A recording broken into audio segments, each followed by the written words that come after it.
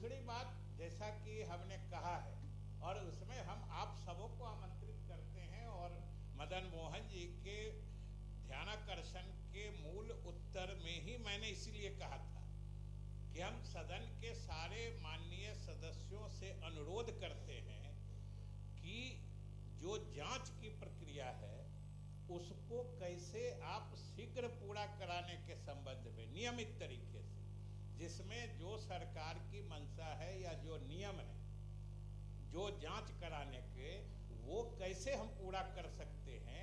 आप हमें जो भी सुझाव देंगे हम उसका स्वागत करेंगे, और सरकार उसमें जांच सिर्फ नियमित तरीके से शीघ्र पूरा कराना ये सरकार की भी मंशा है। आखिर मंशा नहीं रहती तो हम पैसा देते क्यों?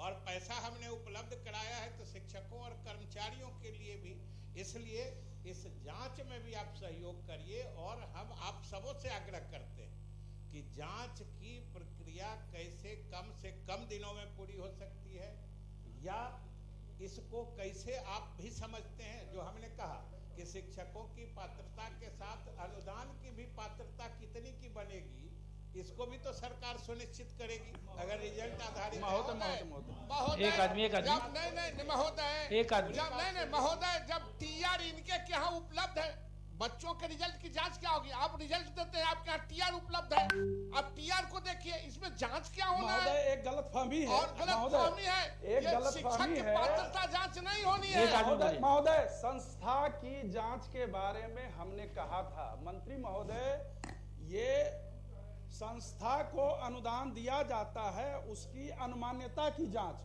और अनमान्यता की जांच कैबिनेट के निर्णय के। सभापति महोदय, मैं अपनी बात थोड़ी स्पष्टता के साथ कहना चाहता हूं, हमको संरक्षित किया जाए। महोदय, राज्य कैबिनेट के निर्णय के आलोक में अनुदान कौन पाएंगे, किनकी पात्रता होगी, उनके अनमान्यता की जांच त्रिस्तरीय रूप से करवा ली गई है। अभी जिस जांच के बारे में मंत्री महोदय कह रहे हैं वो दैनंदिनी जांच है, वो पदाधिकारियों का काम है जांच होना, क्लास होना। मैं कह रहा हूं संस्था को ही, जो आपने मंत्री महोदय कहा 2017 तक का अनुदान दिया जाएगा, बिहार विद्यालय परीक्षा समिति और शिक्षा विभाग ने एक प्रस्ताव बढ़ा दिया, और उस प्रस्ताव में एक संकट डाल दिया जो कि 2014-16 के बाद का अनुदान नहीं दिया जाएगा जब तक उस संस्था की अनमान्यता की जांच नहीं होगी। तो महोदय तब तो संस्था की अनमान्यता की जांच हो गई है।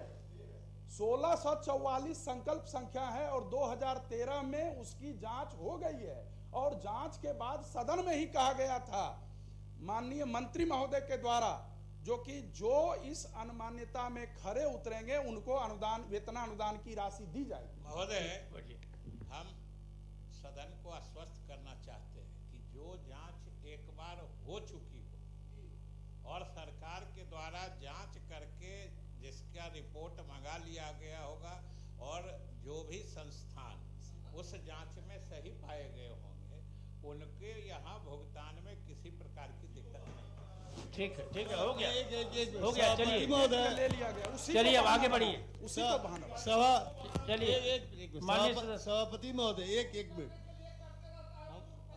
हमारा सब चीज स्पष्ट हो गया। हमने कहा ना कि पदाधिकारियों को बहाना बनाने की इजाजत नहीं मिलेगी। सभापति महोदय, ठीक, मैं माननीय मंत्री जी से पूछना, हो गया, इसके बाद जाके मिलकर जो बात करना चाहें कर लीजिए। मैं माननीय मंत्री, सभापति महोदय एक मिनट, आप ही का है इसी सवाल। मैं माननीय मंत्री जी से पूछना चाहता हूँ, ये जो रिजल्ट आधारित पात्रता है, क्या अन्य सरकारी कॉलेज में ये पात्रता है क्या? ऐसा क्यों होता है? इस पर सरकार को विचार करना चाहिए। क्या आप रिजल्ट आधारित पात्रता, आगे हो गया। नहीं सभापति महोदय, माननीय मंत्री जो कहे वो सब बात है, मैं संज्ञान में लाता हूँ इनके, इस पर विचार करना चाहिए सरकार को। चलिए आप पढ़िए, आपका ये है। ये गौस साहब तो पुराने हैं, शुरू से देख रहे हैं, वित्त रहित को भी देखे हैं, अनुदान को भी देखे हैं, सरकारी को भी देखे हैं। तो सरकारी और अनुदानित में कुछ तो फर्क होता है ना गौस साहब? यहीं से ज्यादा लड़का सब पास करता है, चलिए एफिलिएटेड कॉलेज से और एफिलिएटेड स्कूल से।